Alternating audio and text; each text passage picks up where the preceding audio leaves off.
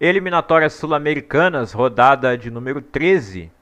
Ontem aconteceram então 3 jogos, hoje tem mais 2 para completar a rodada.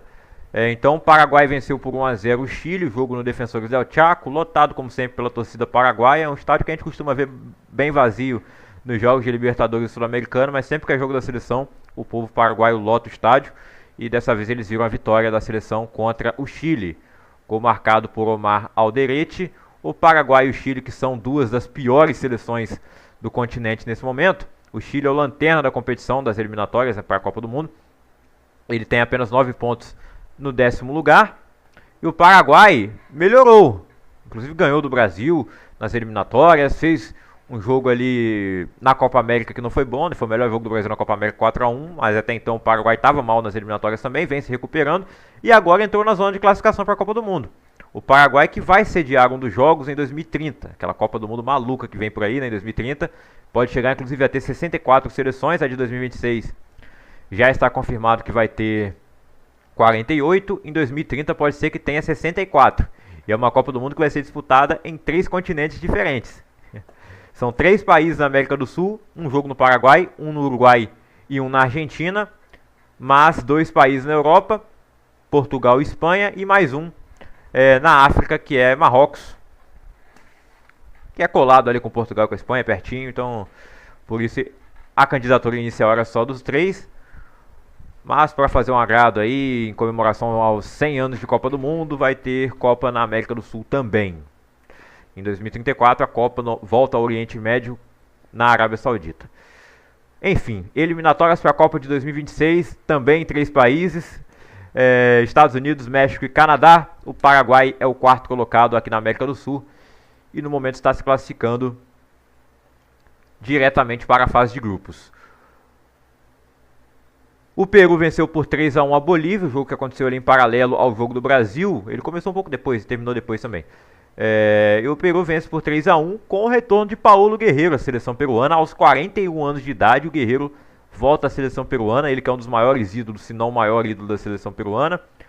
Foi muito importante para a classificação da equipe para a última Copa que eles disputaram em 2018. Teve toda aquela questão do doping, ele ficou punido por um tempo, afastado do Flamengo. Aí quando voltou, jogou a Copa, foi para o Internacional. E agora ele volta a jogar pela seleção peruana, está jogando no Alianza Lima, que é do Peru mesmo. Ele faz dupla de ataque, não dupla de ataque, né? Um é titular, outro é reserva lá no Alianza Lima. Tem também o Hernan Barcos, jogador argentino, que no Brasil jogou no Cruzeiro, no Corinthians. E no Corinthians não, no Palmeiras, perdão, né? O Guerreiro que jogou no Corinthians. E jogou também no Grêmio, o Hernan Barcos. Mas o Barcos não está nas eliminatórias, o Guerreiro está. E o Peru venceu por 3 a 1 a Bolívia, que é a Bolívia, a pior seleção do continente. Ela consegue os seus resultados em casa, pode até estar melhor na tabela do que o Peru, que a Venezuela, que o Chile, mas dificilmente vai tão bem fora de casa. Apesar de que nessas eliminatórias em específico, eles estão um pouquinho melhor. Venceram o Paraguai fora, venceram o Chile fora. O Chile hoje é a pior seleção do continente. E o Peru é a segunda, mas consegue vencer a Bolívia e respira. Então hoje teremos aí mais 2 partidas para encerrar essa rodada de número 13. Mas antes a gente vai falar aqui do Brasil. O Brasil que venceu. Travou essa...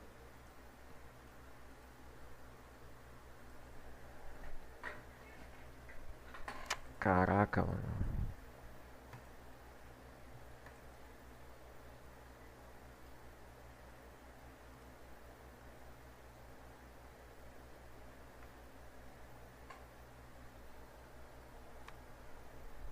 Botou lá atrás.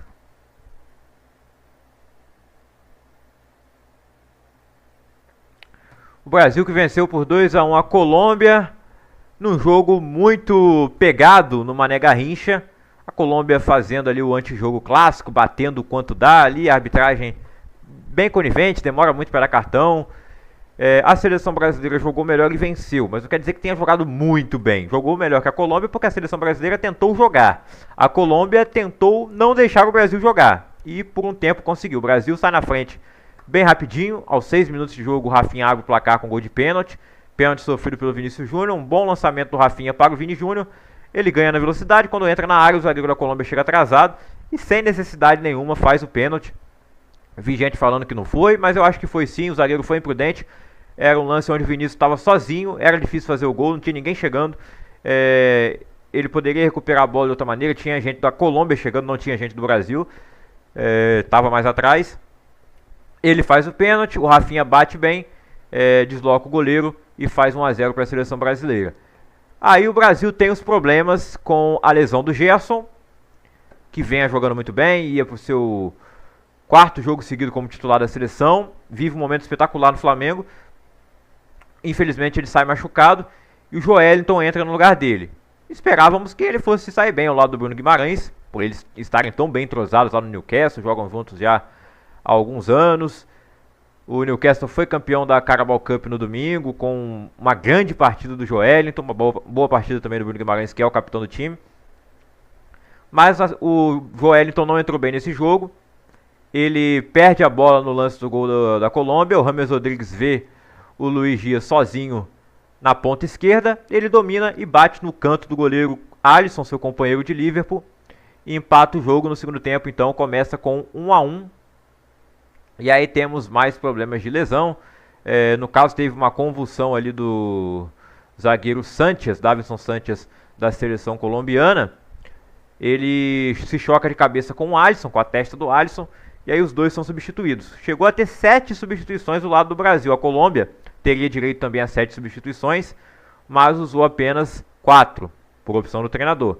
Porque quando tem a questão da convulsão, né, o choque de cabeça, o time automaticamente ganha uma substituição extra, que é a desse cara, e o time adversário também ganha, o que eu não sabia disso, que poderia chegar até 7. Que como cada um ganhou uma por convulsão, chegou uma extra para cada um. Que loucura, né? Eu acho desnecessário, assim, desnecessário mesmo. Se tiver alguém com convulsão, você usa. Agora, não faz sentido pra mim, é uma discussão besta também, não tem por que ficar perdendo tempo discutindo isso aí. Então o Brasil usa as 7 substituições às quais ele teve direito, a Colômbia usa apenas 4. E o Dorival, depois é perguntado porque ele não colocou o Endrick, o Estevão, fala em questão do jogo aéreo, que a Colômbia tinha um jogo aéreo forte, mas não estava atacando tanto, o Brasil que estava com a bola atacando, então poderia sim colocar o Estevão ou o Endrick. Acho que as substituições que ele fez foram boas sim. O Wesley entrando na lateral direita jogou muito melhor do que o Wanderson. O Wanderson estava mais guardado ali na defesa, não saiu tão bem, o Luiz Dias incomodou bastante ele. Não incomodou o Wesley, muito porque o Wesley foi pro ataque, então o Luiz Dias que tinha que voltar para marcar o Wesley, né? Não era o Luiz Dias que estava incomodando mais. Claro, a seleção que estava atacando não era a Colômbia também, né? Tem essa questão, o Brasil que estava jogando em casa, ele que queria vencer. A Colômbia, o empate não estava ruim. E aí então o Rodrigo sai, o Rodrigo fez um jogo muito ruim, atuação muito ruim do Rodrigo. O Bruno Guimarães também é substituído no segundo tempo. E como eu disse, o Wesley e o Savinho entraram muito bem. O Savinho no lugar do Rodrigo e o Wanderson no lugar, e o Wesley no lugar do Wanderson. Lado direito que estava fraco no primeiro tempo, melhorou muito no segundo. O Wesley criou boas chances ali no ataque, teve uma que ele poderia ter batido com a perna esquerda, mas como ele é estreante na seleção, acho que ele viu ali o Arana chegando, o Arana acabou batendo. A bola teve um desvio e saiu um escanteio. Teve um lance também antes do gol da vitória do Brasil do Vini Júnior. O Arana recebe uma bola para cabecear, ele cabeceia, a bola vai para fora e ele se choca com a trave. Chegou até a tremer a câmera da transmissão na hora. Acho que o câmera se assustou. E aí depois sai o gol do Vinícius Júnior com a assistência do Rafinha. O Vinícius Júnior foi eleito melhor em campo, ganhou esse troféu ridículo aí que a CBF dá pro melhor em campo. O troféu da CIMED, é um negócio de remédio, uma cápsula de remédio. Numa caixa gigantesca, assim, ridículo. Mas tá pagando, né? Tá pagando, a CBF não recusa nada em questão de dinheiro. Daqui a pouco eles vão anunciar lá. Eu acho até interessante que a CBF não tem um patrocínio de bet ainda. Nem de bet, nem da Fatal Model. Daqui a pouco vai ter, é só pagar bem. E aí o Vinícius Júnior faz o gol, a bola desvia no Lerma e isso acaba com a chance do goleiro Camilo Vargas. Poderia ser gol se não desviasse? Não sei, eu acho que iria no outro canto. Mas de qualquer forma o Vinícius teve a coragem de chutar, e não dá pra dizer que ele se esconde do jogo, é que ele erra muito na seleção, poderia ter feito o gol da vitória antes, mas ele acaba dando mais toques do que deveria na bola, ou em lance ali que ele saiu, uma boa jogada do Matheus Cunha, que entrou no lugar do João Pedro, entrou bem para mim o Matheus Cunha. Acho que ele deveria ser titular no próximo jogo. E o Vinícius Júnior, ao invés de chutar, ele toca pro Rafinha. O Rafinha chega pressionado e acaba chutando, né, e é travado pelo zagueiro. Se o Vinícius chutasse, a chance de sair o gol seria maior. Tenho certeza que no Real Madrid ele faria aquele gol. Mas é aquela coisa, né? Espero que esse gol de fora da área, um gol no último minuto do jogo, que teve acréscimos ali bem grandes por conta de todas as substituições, o lance do Alisson com o Davinson Sanches, né? Teve até a substituição do Alisson para entrar o Bento, né? E sabe como é que demora a substituição de goleiro. Então foram 10 minutos de acréscimo, o Vini faz o gol no final. Espero que isso dê confiança para ele nos próximos jogos contra a Argentina, né? Principalmente o jogo lá no Monumental de Nunes. O Brasil não vai ter o Neymar, mas a Argentina também não vai ter o Messi. Mas a Argentina é a atual campeã do mundo. E eles são favoritos de qualquer maneira lá. Ainda mais na Argentina. No último jogo do Maracanã, eles ganharam aqui de 1-0. O Diniz ainda era o técnico do Brasil. A Argentina que joga hoje ainda pela rodada 13. A Argentina joga hoje contra o Uruguai. O jogo às 8h30 da noite começa lá no Uruguai, estádio Centenário. E hoje também tem Equador e Venezuela às 18 horas.